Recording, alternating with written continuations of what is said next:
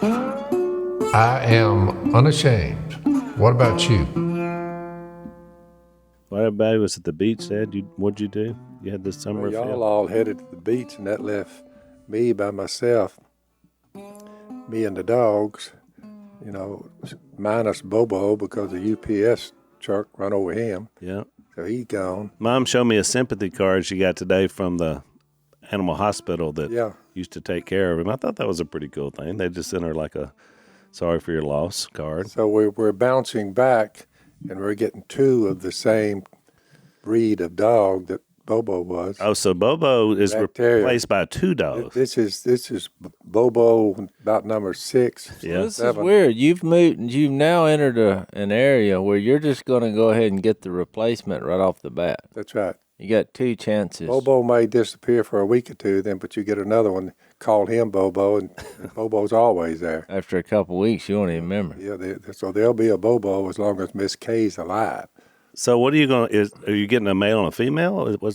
I told them just get a male to replace Bobo, but she wanted to. Women got together. Yeah, I got to. No, it was probably one of them. You can buy 2. You can buy 2 for $700, or the one for $500. That's right. Then so you have y'all all went to the beach. Y'all left just me and the dogs. But you don't have the puppies yet, right? They're just they're coming in. Got to wait to be weaned or whatever. 10 days. Exciting. Yeah. All right. Well, 10 congratulations. days. We'll have Bobo's replacement, and they got. You're just going to call him Bobo. But what about the female? With the female. Boo Boo? They've decided to call her BB. Oh, I like that. I like that. Bobo and BB. Bobo and BB. Because they're like little twins. Everybody all coming back together, Oh, yeah. Well, with dogs, you can. What's going to happen to the human race is they'll be resurrected from the dead and live forever. With or without the dogs, I'm not quite sure. But while you're on the earth, you never run out of your favorite dog. You just replace him with another. Well, I wondered if y'all would ever get to the time and age where you just said, you know what, I guess we're done. Wow, they went the opposite. They doubled got down. more. Y'all doubled down. When I find Miss K, if she's died of some diagnosis, somebody missed it or whatever, trust me when I tell you, the dog will be with her. That's right. Well, because our thing is our lifestyle can't support having dogs because we can't we're on the road too much. She said every day I think about Bobo. Yeah. I said, hey, And she loves that dog. When all your kids leave, I think it's good to have. That's the age where this is the man's best friend. By the way, breaking news, I just spent a week with, our whole family. And do you know what they were calling me like every time I would get my grandchild? J-Rock. So this whole thing about Missy was on Lone here. Wolf McQuaid. Yeah, that will never be your name. That's the dumbest idea ever. And she's like, you want to see J-Rock? I was like, I didn't want to draw attention to it, but I thought when you make baby talk, you're in. That's it. They're making baby talk, and I was going to be Paw or something. All of y'all were standing on the beach, and I was like, whoa! I didn't realize it was that many coming out of this one family structure. I was surprised at the amount of individuals that are in there. It is amazing how those kids changed so much. Like, because Zach's family was with us for a day or two. And, like, his kids, I just hadn't realized. I hadn't seen them in a couple of years. I see him all the time, but I don't see the kids. And I was like, now, who are you? It's like, I'm Fred. Well, I've noticed the same thing in mine. I say, which one is that one? And Miss K at that one, I'm like, boy. Well, now you've got all the boyfriends, girlfriend. Now it's not just because we got a bunch of teenagers. Dating age. So they're all there, too. I saw Jep's son, River. I saw him. We were in Austin, and I saw him, and I was like, River, how you doing? He's like, I'm doing well.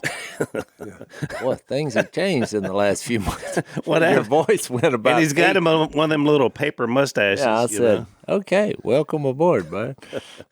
Well, I tell you what. A pretty good struggle with one of the adoptees, but within that structure. But it's amazing that all of the ones I was looking at, the upcoming Robertsons, Most of them have been pretty solid.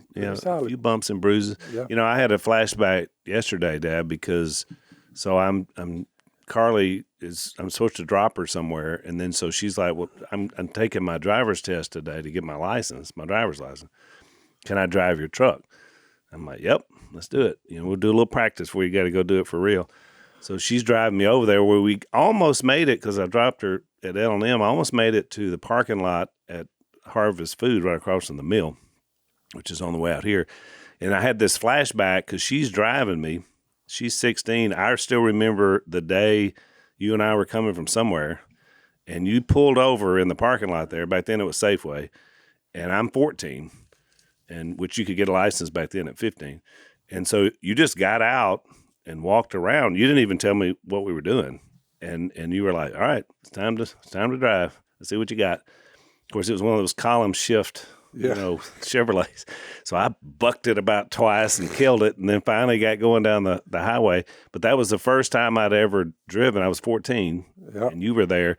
And then I thought, now flash forward, I'm with my granddaughter, not son. Yeah. And who's 16, and she's driving my truck right there in almost the same location. For all the people who speak negatively about the nuclear family, they call it.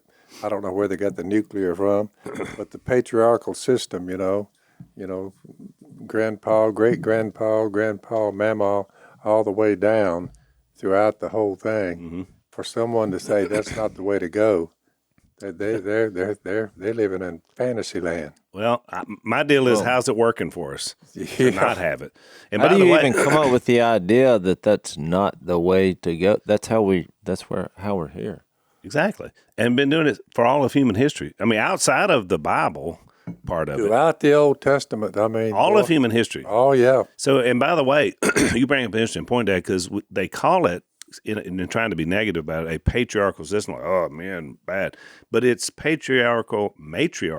That's right. I mean, our wives, our moms, our daughters are at the forefront of everything we do. Yep. We're all about equality. We were doing equal rights for women way before it became popular to talk about it. Your mother does a outstanding job of being with her granddaughters. Oh, yeah. Teaching them. You know what I'm saying? All the time. Instructing them. My grandkids come in, they ask me a question. I'm like, that's a ma'am question. Like, you're out of my realm. Go talk to your man about that. Because, can I spend the night? That's a ma'am question. I mean, Lisa totally is the matriarch of our home. Yep. For 3 generations. So, but that was kind of funny, the flash. How did Dad do for you? How'd you learn how to drive? Did you? I just can't believe after listening to I was listening to teenagers the other night, because now they have the laws changed. I wasn't aware that you go through a system. You go up there. Oh, yeah, big time. And what it's like, you see the little student driving. So it's driver's ed. Driver's ed is like mandatory. Yeah. Because when I was 15, I went up there, took a test, failed it. They said, come back. So I wait. They got to wait. Jase, that test wasn't that hard. I mean, it wasn't, but I did. So 2 weeks later, 2 weeks now, I go back up, passed by one question. Yeah. So then I get in the vehicle. We drove around the block, failed it because I went 2 miles per hour over the speed limit. I was worried about I took my driver's test on the standard on the column. Do you remember how old you were? How old was it for you? Was it like me, 15? Yeah, me too. So 2 weeks again. Here's what's crazy. I didn't have to go home, practice, and then come back. Yeah, you would think I wouldn't have to retake the written test. Nope, I had to take it again. And here's what's funny. Made the same score.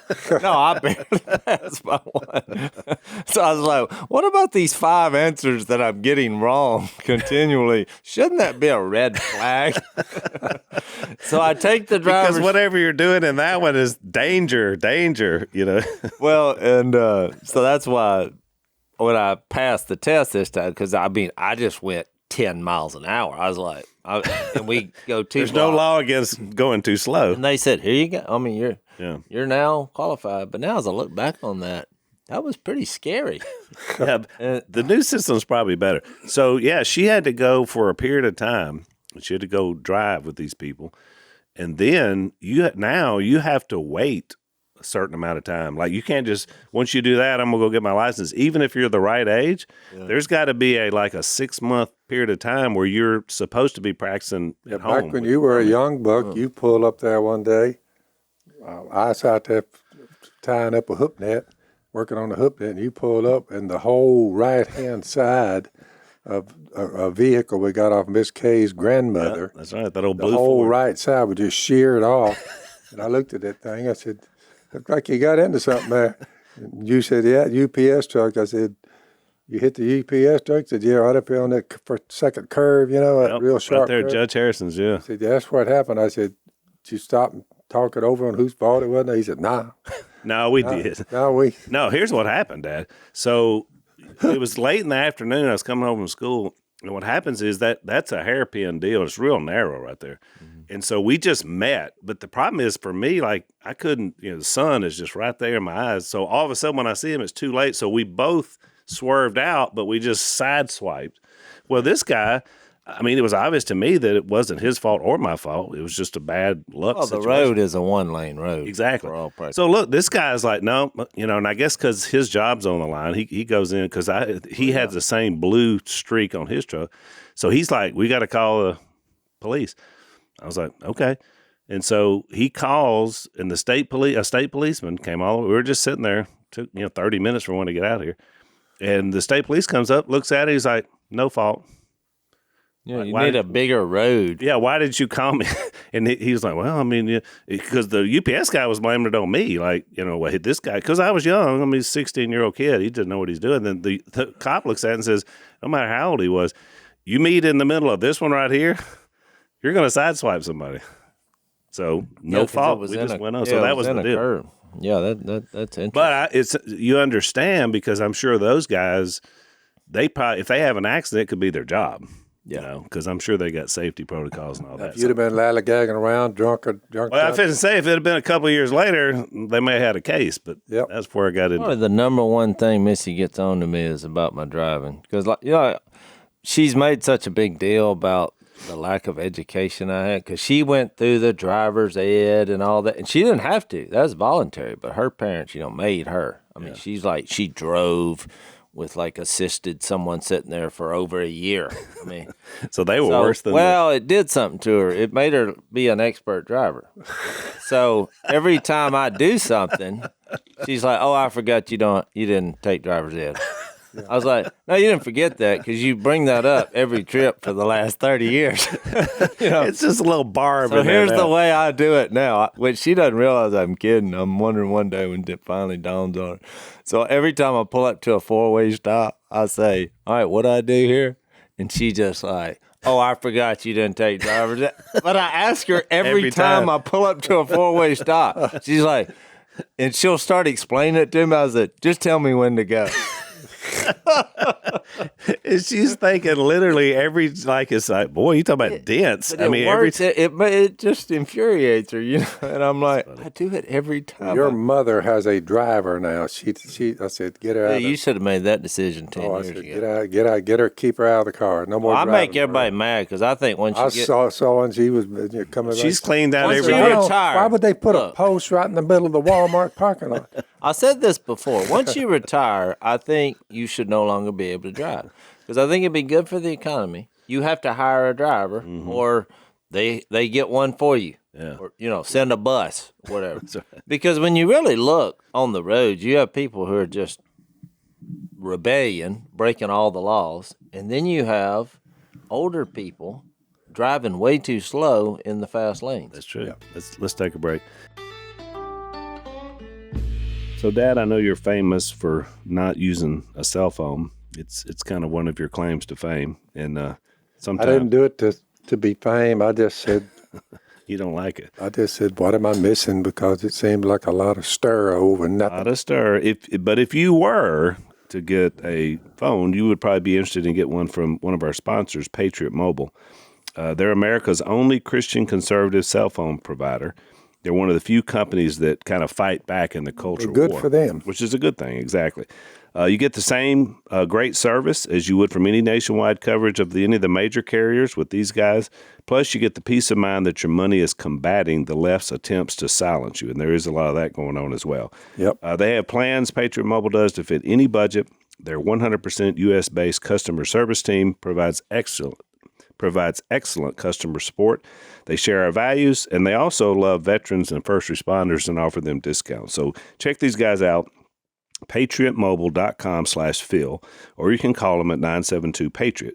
Use the offer code Phil for free activation. And remember, veterans and first responders are saving even more when you switch. patriotmobile.com/Phil, or you can call them at 972-PATRIOT.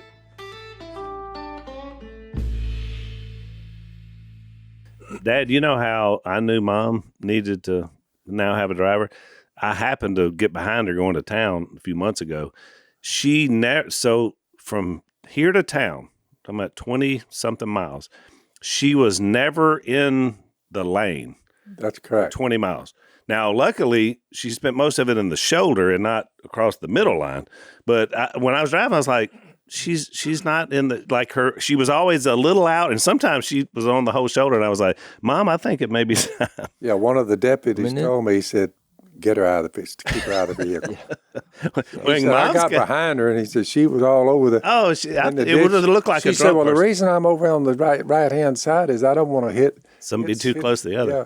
And he said, well, it's wide enough. You don't have to be in the ditch all the time. Well, and to get back to my point, people say, well, people can't afford a driver, whatever. But that's what family's for.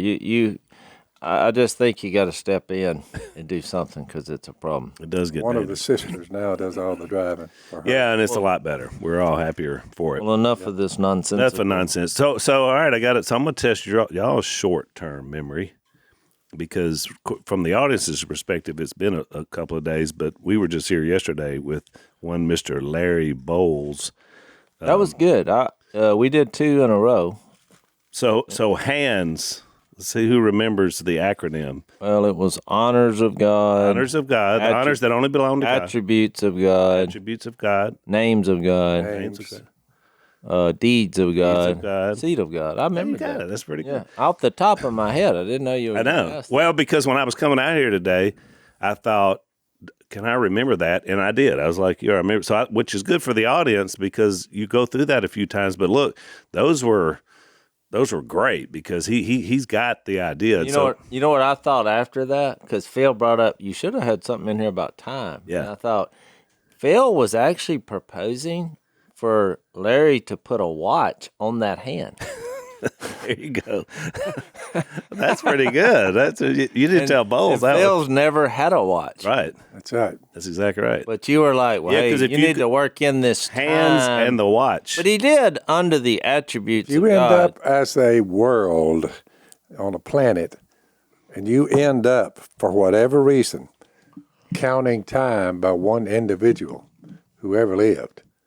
You need to check out that individual, see what he's all about. But he did cover that in the attributes of God under the eternal. Yeah. Or I think he had immutable. Yeah. Eternal. Didn't he have that? Yeah, he did.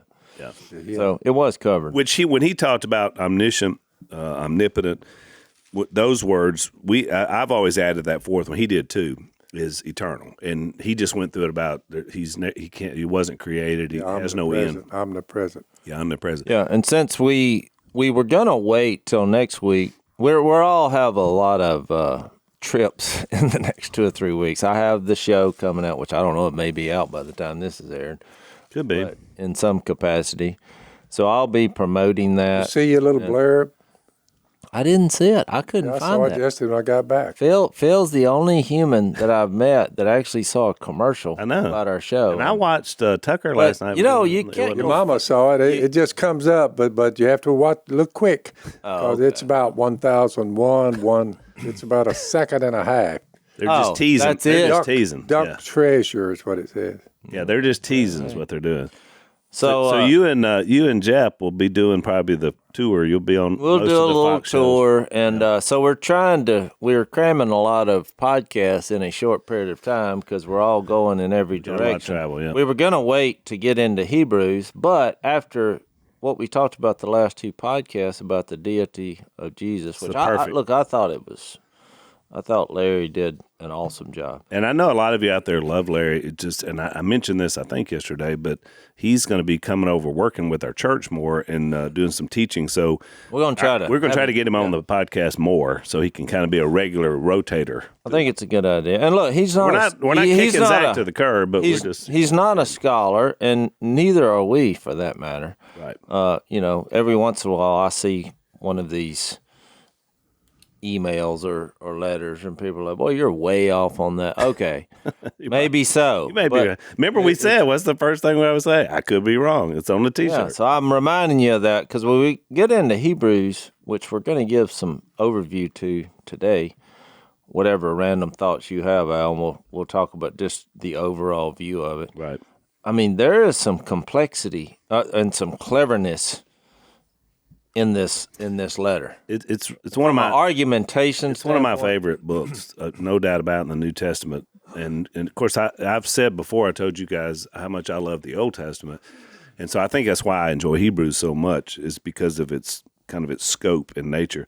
I think it's I would call it the Romans. To me, is like the if you had a constitution for New Testament Christianity, it'd be the book of Romans. I mean, Paul makes the case so clearly for Jesus and why we need him and how you can. So I think the Hebrew writer, whoever it is, and we'll start there, Jace, makes the case that if you have a Jewish background, you got to understand everything. And what we talked about the last two podcasts, everything that was happened up to now happened to get us to Jesus. And so I think, because it's a weird book, Jace, because you don't have there's no stated author. I have a theory on this. And there's also no stated recipients, which is unusual because most of the New Testament books have that. So I want to hear. Well, they put two and two together to come up with Hebrews just because the nature of it. You get the idea that these were Jews who were Christians, but they were really struggling. Maybe there's what's the verse in 10 where it's like don't give up, and right. I mean, they were really struggling because you got to imagine they were tending to want to go back, to the old ways. When I was in Israel, and they're still doing this, these rituals even today, but there was some beauty in that from a family perspective, and even in the ritualistic nature of it, and the hierarchy of the Jewish leadership. You put two and two together and you realize they were putting some pressure on people who had decided that Jesus is the Son of God and this is it. Right. I mean, and I just thought to myself, a lot of times when I was young in the faith, whenever I would hear the people would go back and say, all right, now these were Jewish, Christians he was writing to. And I remember thinking, well, what's that got to do with me? I mean, I don't apply. Why do we have to go through the history of that? Right. But I realized in just reading this, we all come from somewhere. And we're all going to have to battle whatever that was that we were comfortable with.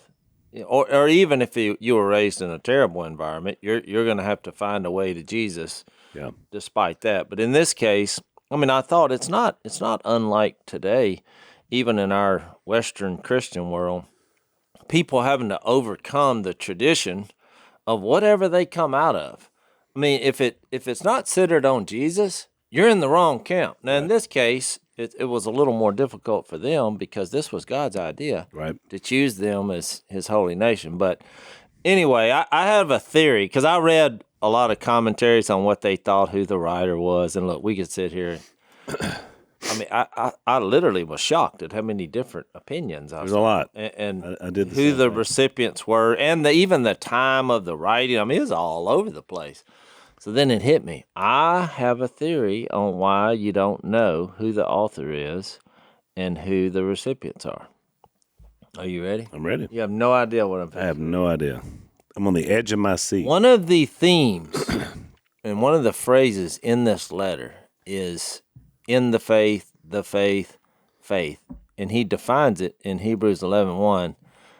Faith is being sure of what we hope for and certain of what we do not see. Mm-hmm. So I just think if this was one of the pillars in this letter, he was requiring you to have a little faith.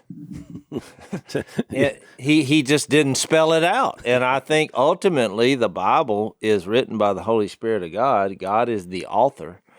And so you just don't know. You can't fix your eyes.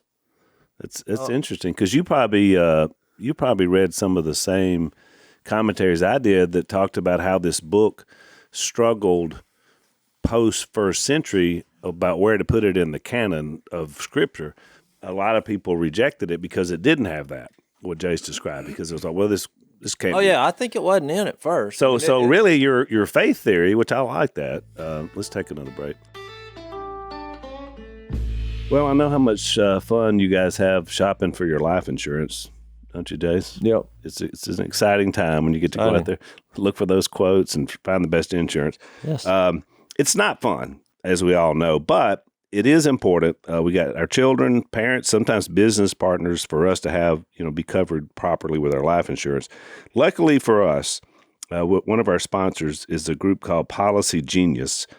And if you go there, policygenius.com/Phil is what gets you started. You'll be able to compare personalized quotes from top companies to find your lowest price. So they're going to do the legwork so that you can find the best price. You could save 50% or more on life insurance by comparing quotes with Policy Genius. They don't add extra fees. They don't sell your information to third parties. And they have thousands of 5-star reviews across Google and Trustpilot. So check these guys out. Over 30 million people have shopped for insurance. They've saved over $150 billion in coverage. So head to policygenius.com/Phil to get your free life insurance quotes and see how much you could save.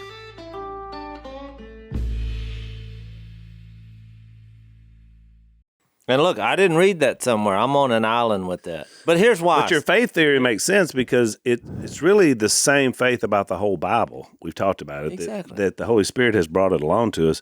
Because you got as many people doubting about the Bible way more 2,000 years later than you did right when it was first written in a series of letters. I would just simply say the heart of it from start to finish, he goes back to all the scriptures in the Old Testament, and Bowles yesterday did an outstanding job.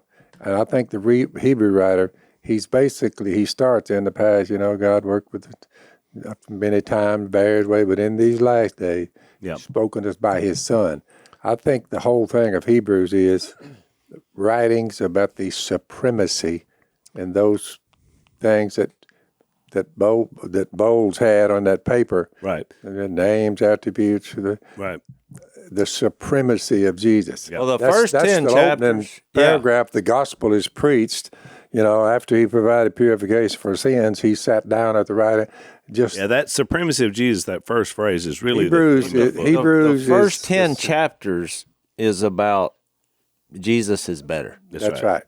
That's right. He's just better. Right. I mean, we say supremacy, but he says over, and I think you jotted that down somewhere. So he's just better. To undo something that people had grown used to and twisted it this way and that way for 1,500 years, to undo that and just get them focused on Jesus, that's a pretty good task. Well, that's what I was saying. Look, it sounds easy from a million miles away, and they're like, what are they thinking? But when you're going against your family and your heritage and the religious leaders and people you respect, I mean, can you imagine the persecution? And it's not like it's from the world. This is your family. That's right. We've all seen these communities, even in our modern world, where they cut themselves off from society. I'm not going to mention any names, but it's easy to recognize them.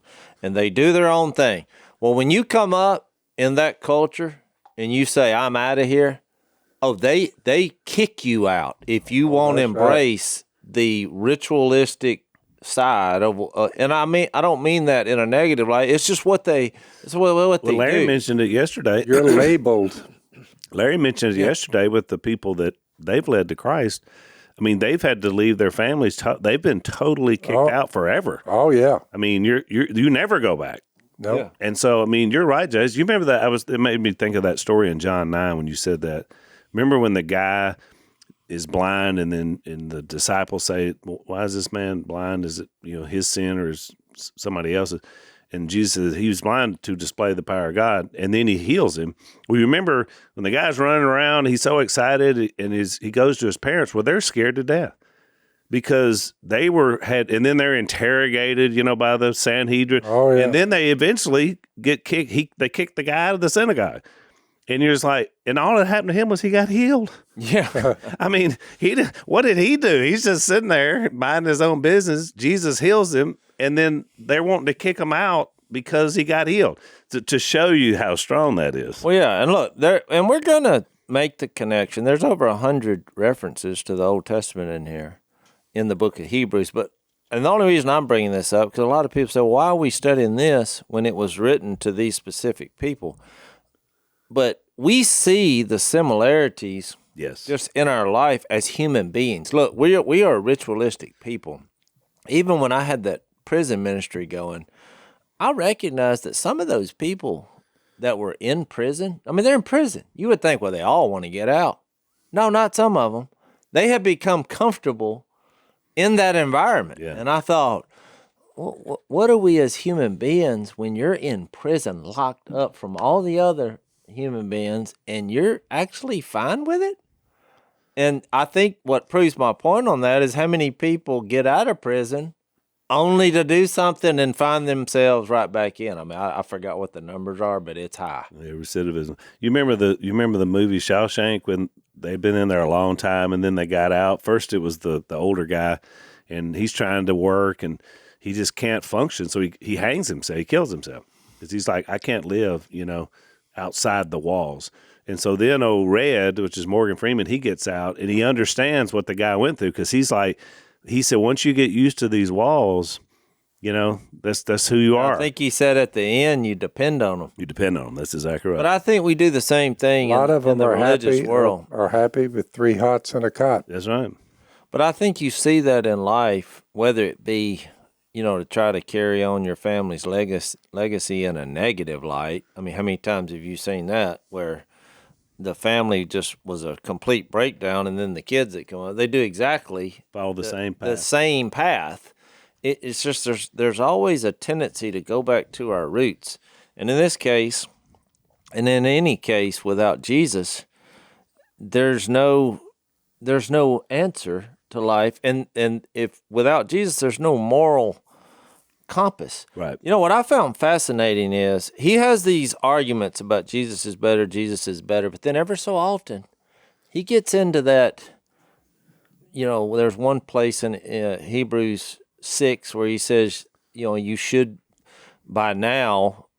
be teachers. So these people had been in a while. It wasn't like they just came to Christ. And but then he said, you need to mature so you can distinguish good from evil. Well, what's he saying that for? Yeah. Because, later on he starts getting into the specific sins. Yeah, why that's along the way. And it always comes back to that. It's like you think your problem is you need to go back to your roots. You're getting this pressure put on by your family. But meanwhile, if your life is not in line with what you know to be right and God's principles, that kind of hurts your theology in that. And, he subtly does that, which I found fascinating. So before we totally leave the concept of authorship, I want to make one point, because people will wonder, just to tie that off. I agree with Jase. It doesn't matter who wrote it. Doesn't matter. Or the recipients, because it's the Holy Spirit wrote it. It's who wrote it. But the reason I shouldn't say most, a lot of people think it's Paul is because of what Paul said about himself in Philippians 3, verse 5, when he's describing himself about, if I had confidence put in the flesh, who more than me, circumcised on the 8th day, which is the Jewish custom, of the people of Israel, of the tribe of Benjamin, a Hebrew of Hebrews, in regard to law, a Pharisee. So, I mean, what some people say is, if you're going to have a treatise on Jewishness, it'd have to be Paul. But the reason I don't think it is this one verse, the one that's always got me is Hebrews 2, verse 3, when the writer says, how shall we escape if we ignore such a great salvation? This salvation, which was first announced by the Lord, was confirmed to us by those who heard him. So, I mean, Paul claimed in all of his other books that he was the first generation because Jesus spoke directly to him. So I don't think Paul would say that. But well, I don't either. I read the same argument. I mean, what got me, though, is, Al, you would read this and somebody would say, so it's definitely not Paul. And they use that illustration. But then you'd read another one and it says, now, the best guess is Paul, because he references Timothy. You read those last two verses, which we always read the last anyway, in chapter 13. Well, in 13:22, and look, this is nothing more than just to go down this road, which we said doesn't really matter, but he did write 22 through 25. It says, brothers, I urge you to bear with my word of exhortation, for I have written you only a short letter. Which, well, to me, that weeded out Paul. That's right. Right there, because he wrote Philippians, Colossians, and he would have said, this is just a brief. That's right. This thing is, that's what I'm saying, this is at a Romans level. Hang on, let's take a break.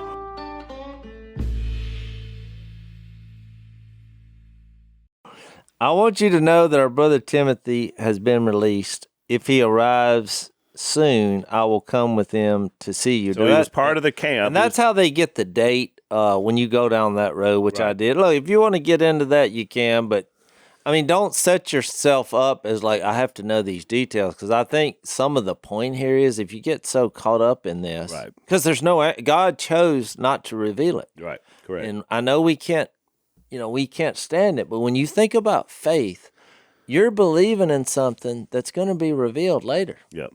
I mean, we believe there's a God, but we haven't seen him. I mean, face to face. Right. But we're like, just give it time. He'll be revealed. That's faith. That's what right. faith is.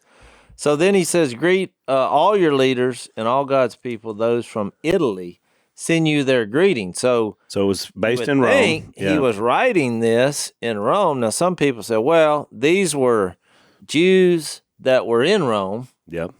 But, it seems weird that he would say they send their greetings. Why don't just walk across the street and say, hey? Yeah. No, it had, so my theory is my first thing is it doesn't matter. The second thing, my theory is it was part of the Paul troop. It could have been Barnabas, could have been Apollos, could have been Luke. I mean, Luke wrote Luke. You'd think it wouldn't be him because he was a Gentile, but I mean, he did a pretty good job with the book of Luke, I mean, whoever this was pretty clever, because I'm telling you, when you get into the weeds of this book, there are some really clever arguments, and I think some irony that we can discuss. I mean, I was going to give kind of an overview. Before we do that, I want to read this because you brought it up. I went back and jotted them down this morning. So the word better appears 11 times in this book, better. So Hebrews 6:9, better things. Hebrews 7:19, better hope. Hebrews 7:22, better covenant. Hebrews 8:6, better promises. Hebrews 9:23, better sacrifices. Hebrews 10:34, better possessions. Hebrews 11:4, better offering. Hebrews 11:16, better country. That's what he was talking about Abraham. Hebrews 11:35, a better resurrection, which that'll be interesting when we get there. Hebrews 11:40, God had planned something better for us, that only together with us would they be made perfect, talking about all the people in Hebrews 11. And then Hebrews 12:24, a word, the sprinkled blood of Jesus over Abel. So that's a lot about better. It's a lot about better. Well, I noticed that too. I mean, I noticed in the list, I didn't see faith, so I brought that up, but I also saw that better. But when you think about it, just like every other letter, no matter, and I don't think it was Paul, because he in every other letter, he signed that it was him. Correct. Well, why didn't he do it here? And one of the reasons why that I read, which makes sense, because Paul was one of the main leaders of the early church, and obviously was being inspired by the Holy Spirit to write this.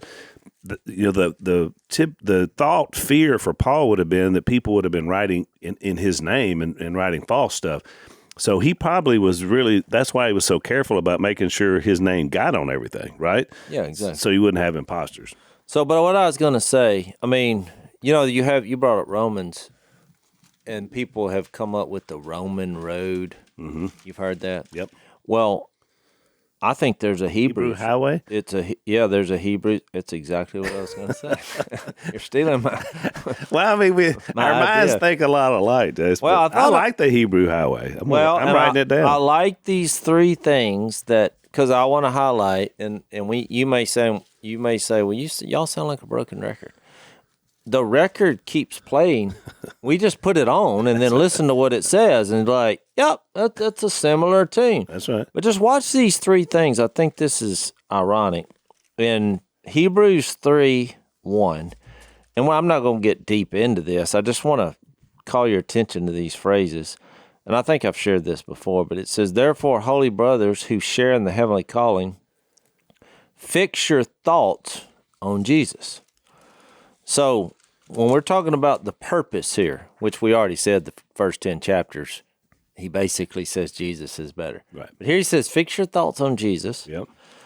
Now, in Hebrews 12:1, he says, Fix your eyes. since we are surrounded by such a great cloud of witnesses, and you can't appreciate that phrase until you read the whole chapter of 11. chapter 11, because there was all these witnesses. Right. And which my point is, he's really clever in that he starts off saying Hebrews 11:1 is faith is being sure of what we hope for and certain of what we don't see. Then he gets to 12 and says, he tells all these great stories of faith pre-Jesus. Jesus. And then he's like, since you're surrounded by such a great cloud of witnesses, so even though we're supposed to believe in something we can't see and be sure of something we hope for, certain of what we don't see, he then says, well, I have these witnesses. You're surrounded by now he's using witnesses. So you'd think, well, what happened to this just believing? Thought we didn't have to see it. So then he does something more ironic. He says, let us fix our eyes on Jesus. I thought faith was being sure of what we hope for and certain of what we don't see. I think it's at least interesting. Hang on, Dad. Let's take our last break. It is very interesting.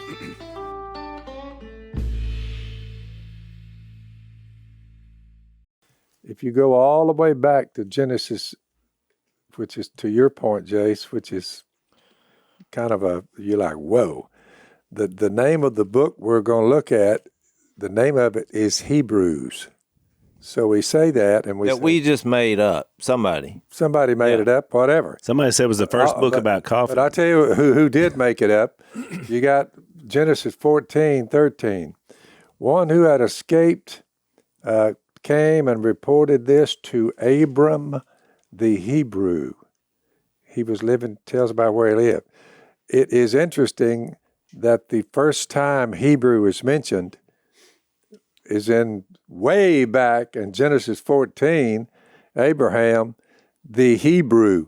And Jase, to your point, he just happened to have been the father of our faith. Yeah, exactly. So when you leap all those years forward and you get to Hebrews, you're like, I wonder if Abram the Hebrew is going to be mentioned.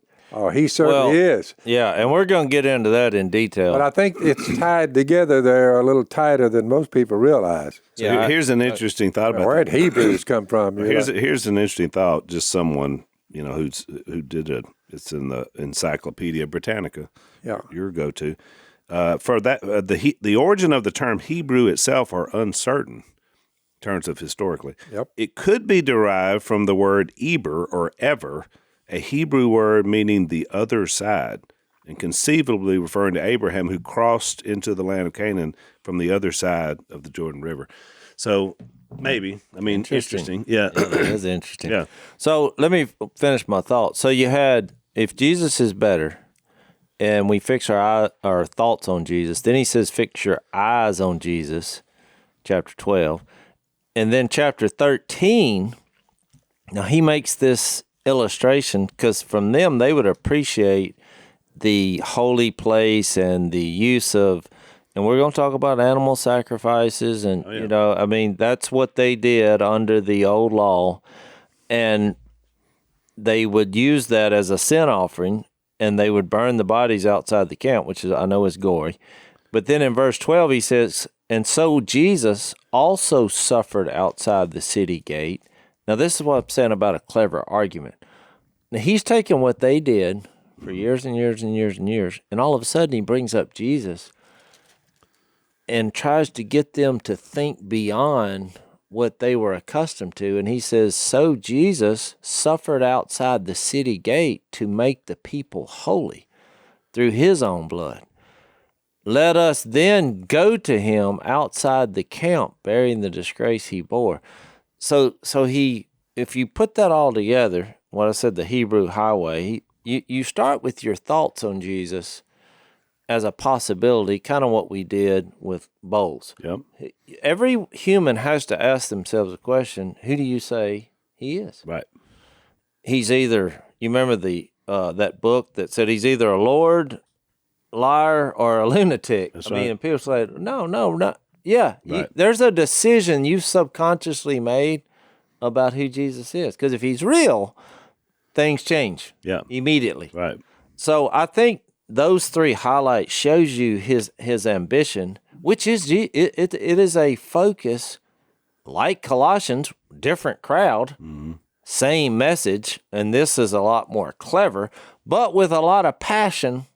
So what was Also, the last fix then? You fix your eyes? Well, you go to him. So either I see. you got, I would say, you take yourself and you go to him outside. So you think about it, you see him, and then you go to him. Yep. So whether you want to say your feet, your mind, your spiritual eyes, because he was using irony there. He was like being sure of what we hope for and certain of what we don't see. Focus your eyes on Jesus. Yeah, focus your thoughts. Well, how do I do that? And that's interesting, Jess. I hadn't thought about that. But he said they took the bodies of the sacrifices out to burn them because they only wanted the blood. That was the ritual that we'll get to in Hebrews 10 and 11, or 9 and 10.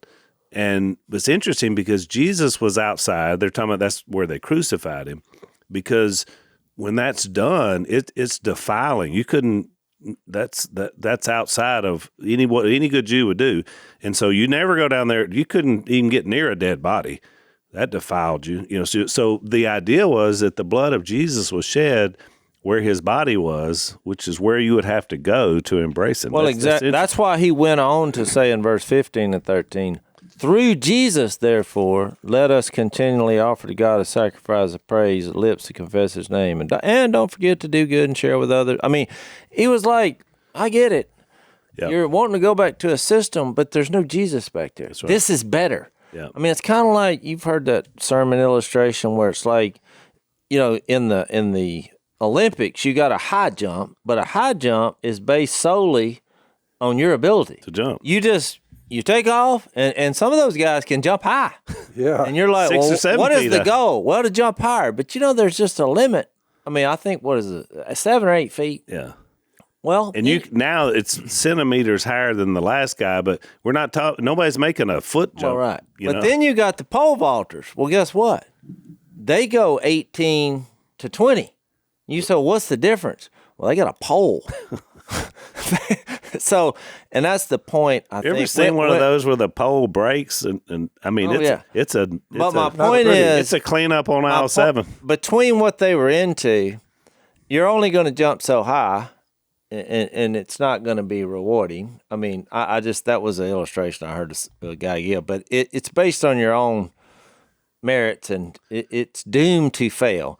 But with the pole vault, I mean, Jesus, when he's the pole, but the pole that we're talking about here does impossible things. It's like you're running to jump over, and the next thing you know, you're going over 3 mountains and being imperishable. And Right. so, because that's really what this is. We're not relying on our effort, and that's what I think he was subtly trying to get across to him. I mean, Jesus, his way and his covenant is better.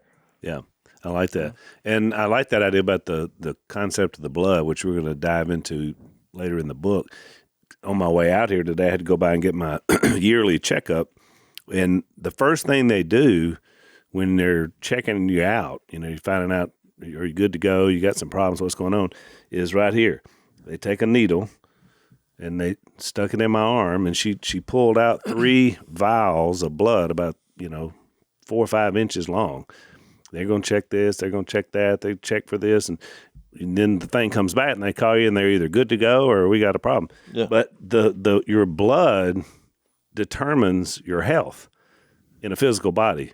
So it's really interesting that God would use that same thing for spiritual health. It is. Well, because the animals, it could never cleanse. You just had to do it again. But Jesus did it once for all. We'll get that. But I wanted to read this before we go to overtime. The reason Jesus is better, and he brings up the difference in the old covenant and new covenant, and I'll come across this somewhere. Under the old covenant, you had a shadow. In the new covenant, you had the substance in reality. Which Bowles talked about that. The old covenant, it was temporary. The new covenant, it was permanent. Yep. In the old covenant, the mediator was Moses. The high priest was Aaron. In the new covenant, it's Jesus and Jesus. That's right. And Jesus. The priests under the old covenant were only Levites. In the new covenant, it's everybody. Yep. It's every Christian. In the old covenant, it's imperfect. New covenant, perfect. There's a lot in here about perfect. Yeah, that could be another word. In the old covenant, it was abolished because it just won't work. And the new covenant, it was fulfilled in Jesus, through love. In the old covenant, it was entered by natural birth. In the new covenant, it was entered by spiritual birth. And the last thing, the old covenant was for Jews only, and the new covenant is for all nations. I mean, that's why when you look at it in totality, way better for it's way better. Yeah, this is what God's plan was. Yeah. And so we'll walk that line as we go through. So we're out of time. We'll go in the overtime. I'll give you my 5 keys from the book. I've already talked about one of them, and now I'm adding 2 more based on a couple of things Jay said. So it'll be 7 keys now, but I'm going to mention those in the overtime. So if you want to follow us over, it's blazetv.com/unashamed. See you in overtime. Thanks for listening to the Unashamed podcast. Help us out by rating us on iTunes. And don't miss an episode by subscribing on YouTube, and be sure to click that little bell to get notified about new episodes. And for even more content that you won't get anywhere else, subscribe to Blaze TV at blazetv.com/unashamed.